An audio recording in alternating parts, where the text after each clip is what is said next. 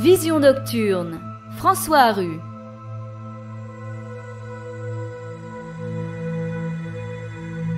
Cette atmosphère qui nous protège, mais en même temps c'est un voile qui nous arrête un certain nombre de lumières que nous ne pouvons pas saisir sur Terre.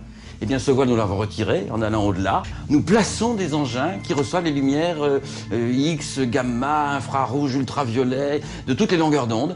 Et ces lumières de toutes les longueurs d'onde nous apportent toute l'information des astres, information jusqu'à présent nous n'avions pas. Vision nocturne, l'émission qui vous ouvre de nouveaux horizons célestes et musicaux. Bienvenue à bord.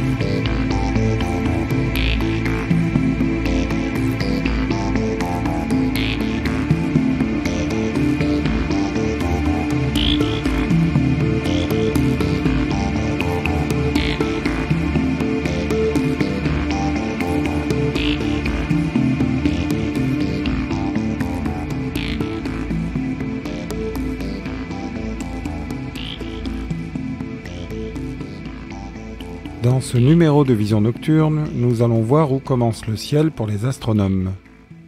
et s'il continuait au-delà des nuages.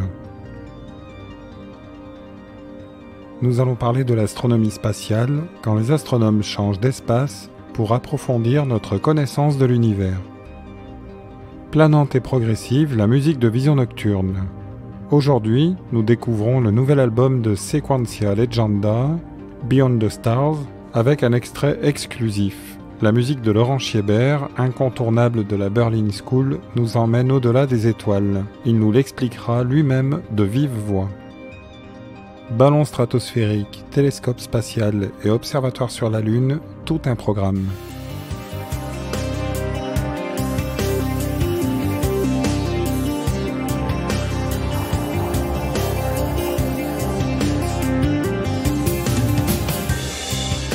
Days of damage done, burning our wings to reach the sun, high on a ledge, not letting go. One final lead, no net below. Let's travel ways and words unsaid.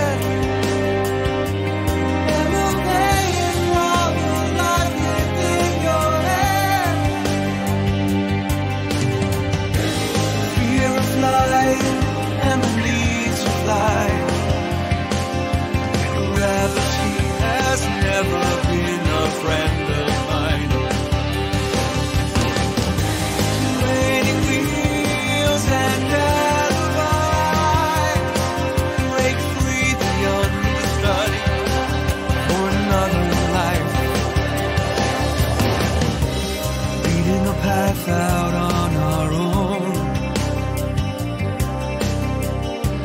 tear up the rules, there's no one home. Following signs along the road, the way is unmapped and so unknown. Let's travel ways and words unsaid.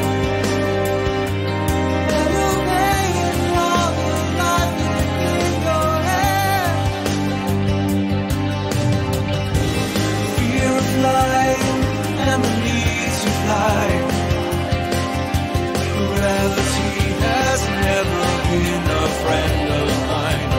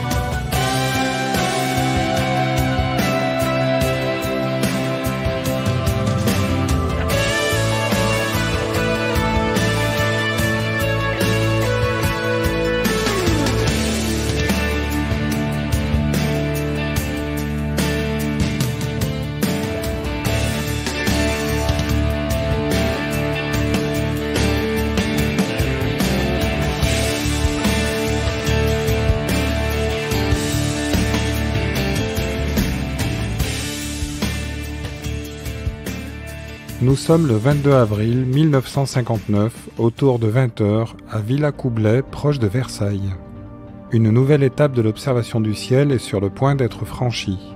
Le professeur astronome Audouin Dollfus va s'envoler vers les plus hautes couches de l'atmosphère à bord d'une nacelle de moins de 2 mètres, suspendue à une grappe de ballons gonflés à l'hydrogène. Cette cordée de 104 ballons de plus de 500 mètres de hauteur va l'élever à 14 000 mètres en l'espace de 2h30. Ainsi perché, Audouin Dollfus va pouvoir observer Vénus, la Lune et Mars avec son télescope embarqué de 500 mm. Outre un exploit aéronautique reconnu, il s'agit d'une grande première en astronomie. Nous allons voir qu'il existe d'autres moyens pour se débarrasser de notre atmosphère. L'astronomie devient spatiale.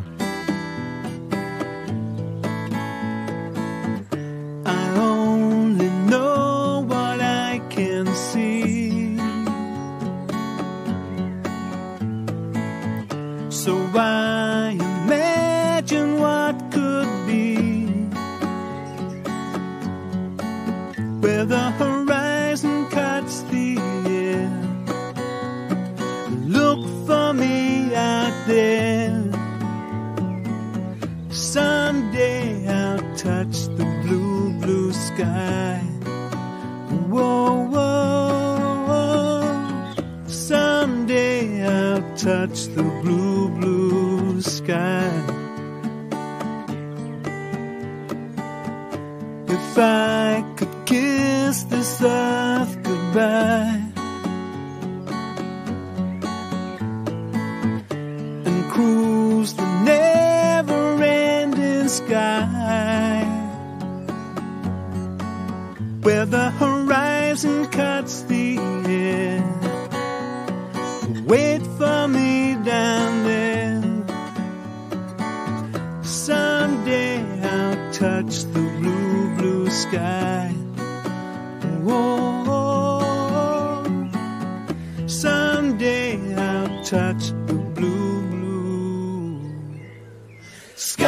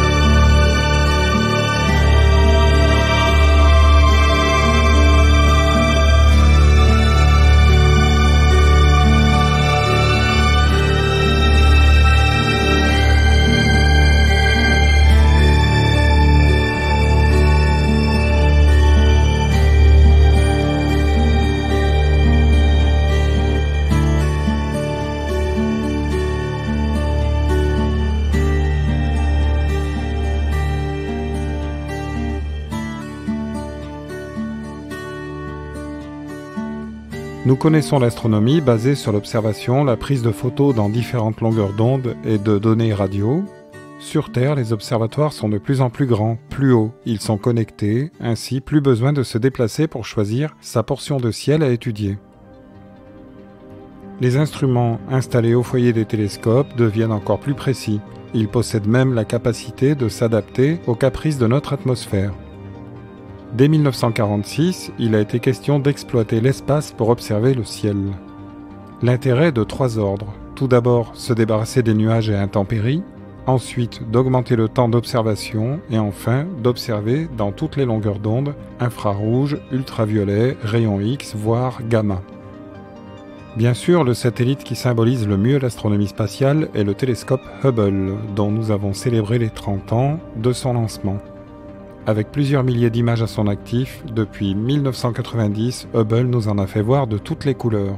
Souvenez-vous, des piliers de la création au cœur de la nébuleuse de l'Aigle dans la constellation du Serpent en 1995. En 2019, Hubble nous a révélé une mosaïque d'images de plus de 265 000 galaxies sur plus de 7500 clichés assemblés. La photo est disponible avec ses 397 millions de pixels.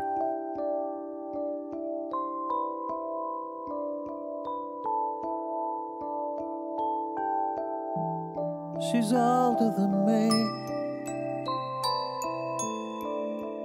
I don't care about them talking. Why can't they see?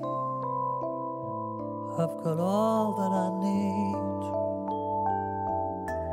All the pretty young things seem suddenly boring when I look in her eyes. All the world is behind. Every line on her face is a place and a memory. When our fingers touch, all the years fall away.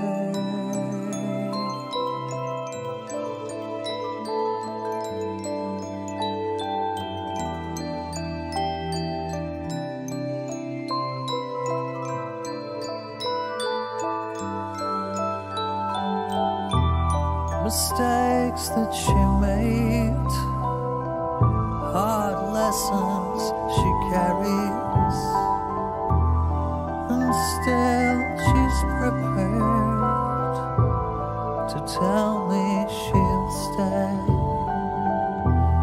She's older than me. She's shown me a heaven, and we're gonna be over the hill and far away, far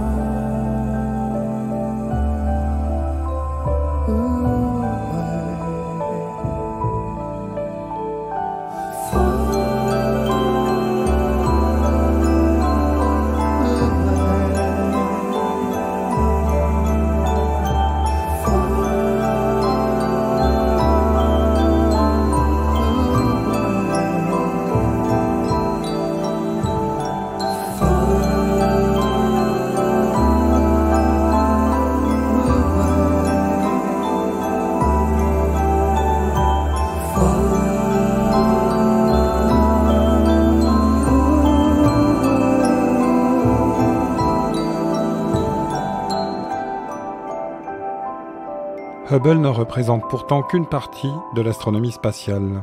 Mais comment cette aventure a-t-elle commencé ?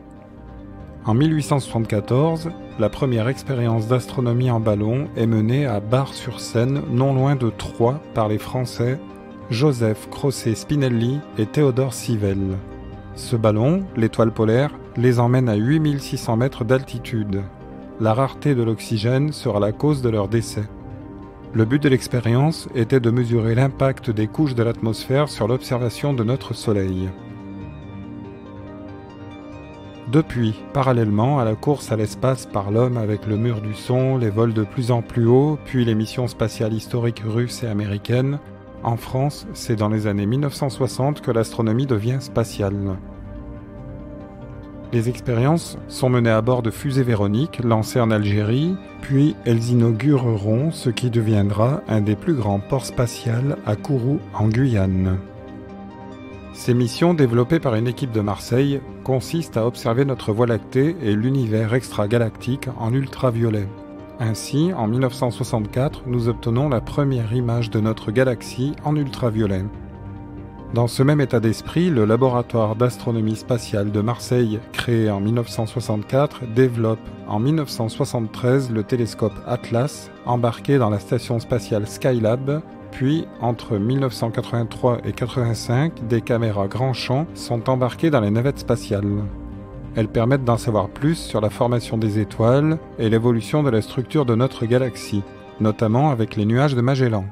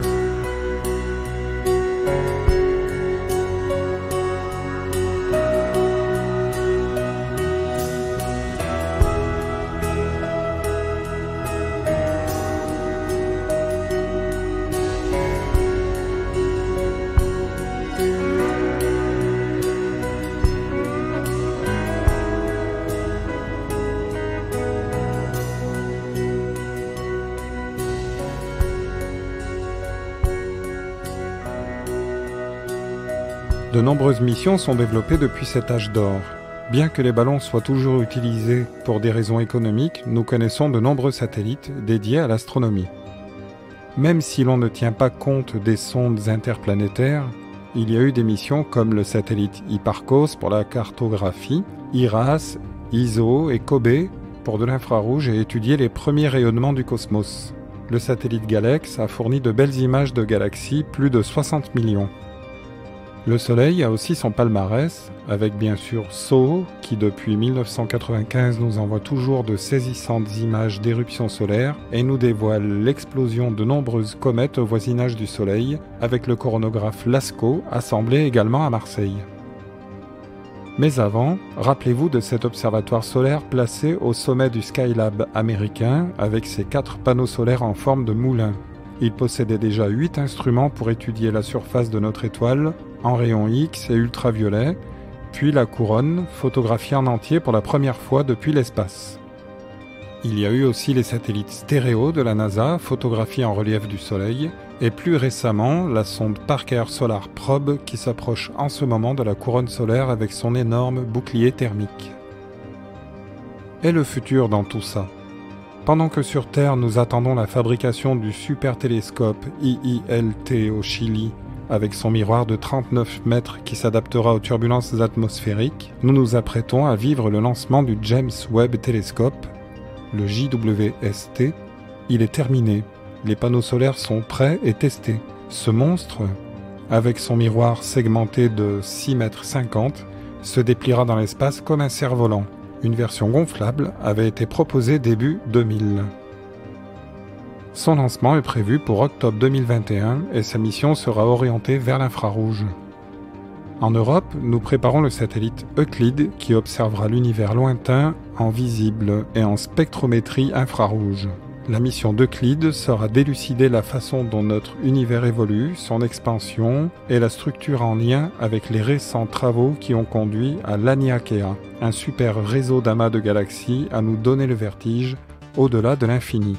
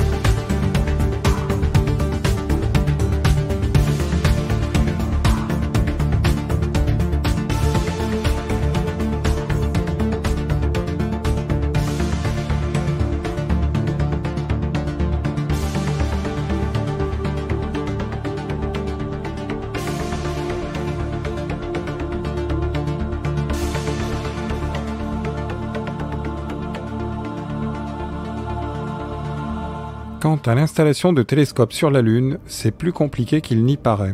La face cachée de la Lune protégerait les télescopes des parasites émis par la Terre et aussi de la lumière liée à sa présence. La face cachée de la Lune est éclairée par le Soleil 15 jours par mois. De plus, le régolithe, la poussière lunaire et les événements sismiques ne facilitent pas la tâche. Les meilleurs emplacements pour l'astronomie spatiale sont les points de Lagrange. Des endroits dans le cosmos où la gravité de la Terre et du Soleil n'influence que très peu les corps de petite taille. Les satellites sont donc stabilisés autour de ces points sans subir toutes les corrections liées à une multitude d'orbites autour de la Terre. Les 2 points de Lagrange les plus exploités sont L1 et L2. L1 est situé à 1,5 million de kilomètres de la Terre en direction du Soleil. La sonde SOHO est placée en orbite autour du point L1. L'autre, L2, à l'opposé du Soleil, à 1,5 million de kilomètres également. Ce balcon de l'espace est privilégié pour les projets comme Euclide, le JWST et précédemment Gaia et Planck pour les études cosmologiques. Il existe aussi des points de Lagrange pour la Terre et la Lune. L1 sur la ligne Terre-Lune et L2 de l'autre côté de la Lune à 64 000 km. Le satellite chinois Qiaoqi a été placé en orbite autour de ce point L2 afin d'effectuer le relais avec les sondes posées sur la face cachée de la Lune. Le futur de l'astronomie spatiale nous réserve de belles surprises, par exemple avec ABEX, un télescope américain composé de 2 satellites. L'un ressemblera à un disque de 52 mètres de diamètre situé à 76 000 km du télescope, afin de masquer l'étoile centrale. Cela permettra l'observation des exoplanètes en orbite autour de l'étoile, avec le télescope de 4 mètres de diamètre. Ainsi, il sera possible d'observer les éventuelles atmosphères des planètes extrasolaires dans un rayon de 48 années de lumière autour de nous. Le lancement de ce projet, ABEX, est prévu pour l'horizon 2040.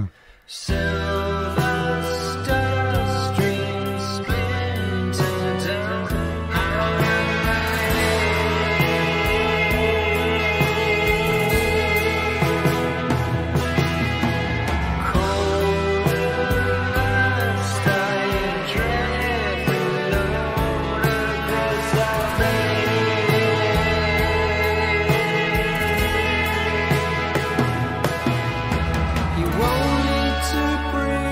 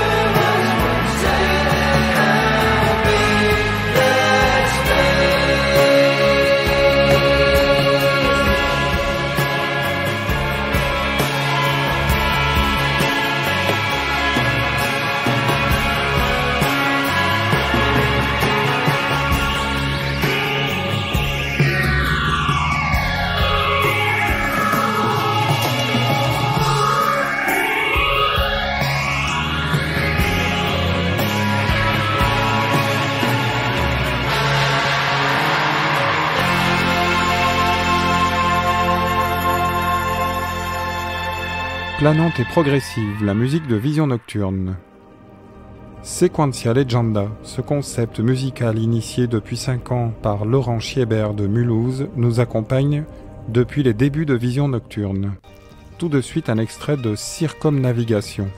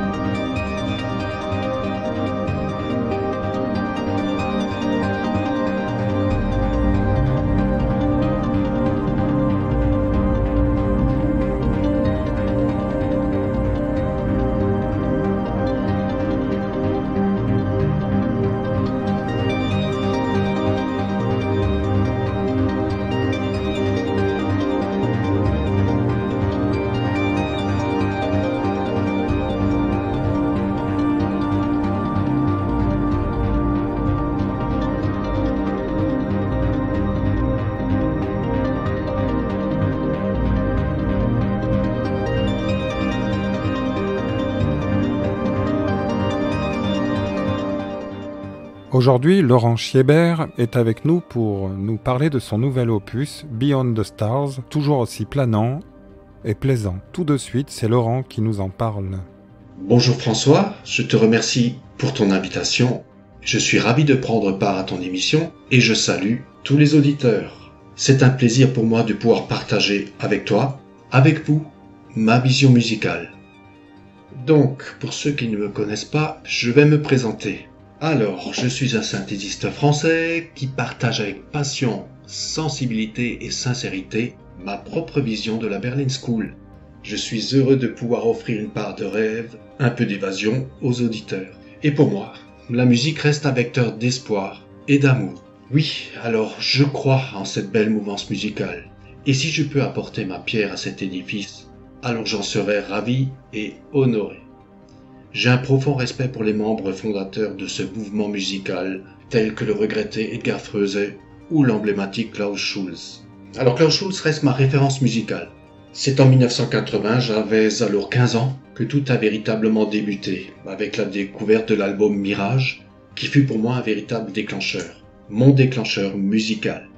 J'ai ensuite connu plusieurs étapes, celle des synthétiseurs analogiques, puis des instruments numériques, et c'est finalement en 2014, avec Blue Dream, mon premier album, et avec des instruments virtuels, que j'ai mis mon travail musical au grand jour. Je pourrais donc définir ma musique ainsi.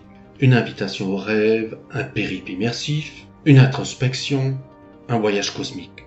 Mes univers sont composés de boucles de séquenceurs, des boucles en constante évolution, accompagnées de nappes, de chœurs, parfois aussi de percussions.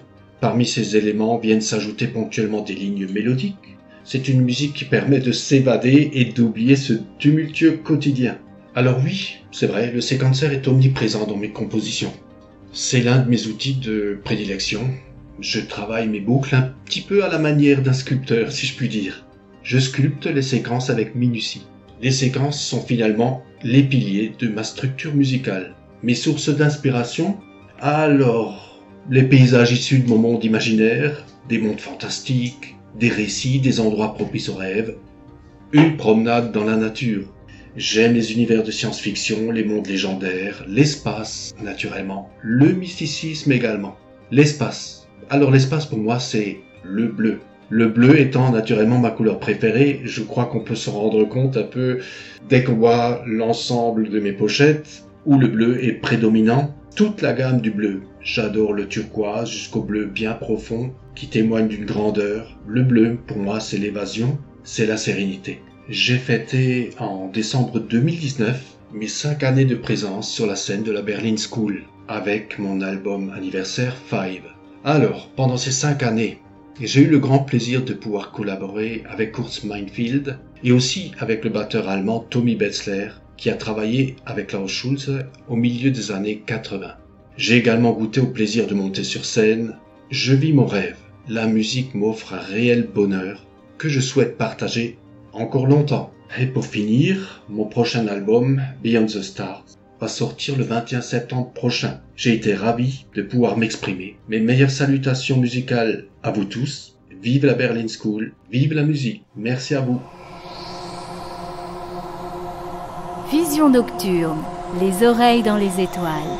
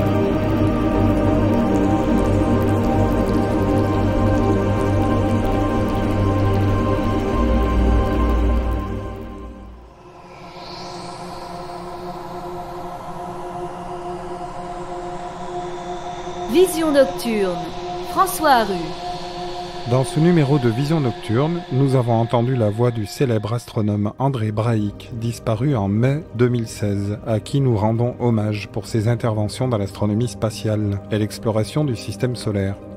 Nous avons débuté avec All Round the Second Moon de l'album Ethereal par Sequentia Legenda. Le morceau Circumnavigation nous a accompagnés pendant les narrations. Ensuite, ESP Project avec Fear of Flying du nouvel album Phenomena. Alan Parsons, Blue Blue Sky de l'album On Air, Marillion, Older Than Me et Liquidity du concept album Happiness is the Road. Tangerine Dream avec One Night in Space, Steven Wilson, How Big the Space et Circumnavigation a précédé la bande-annonce de l'album Beyond the Stars de Sequentia Legenda. Merci à Laurent Chiebert, fidèle compagnon de l'émission, pour sa participation.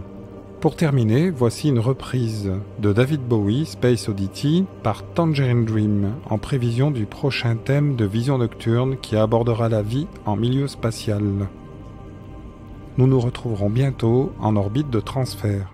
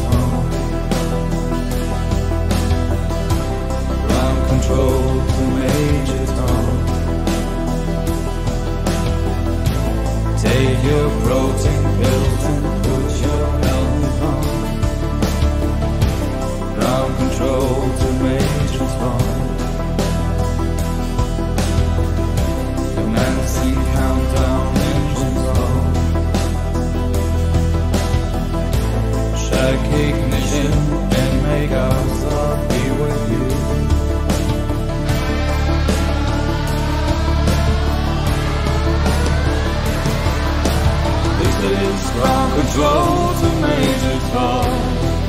You've really made it great. And the papers want to know whose shirt you wear. Now it's time to leave the capsule if you dare. This is Major Tom to ground control. I'm stepping through the door. I'm floating in the most peculiar way. And the stars look very different today.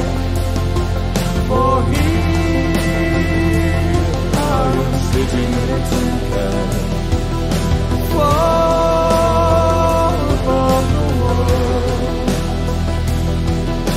Planet Earth is good, and there's nothing I can do.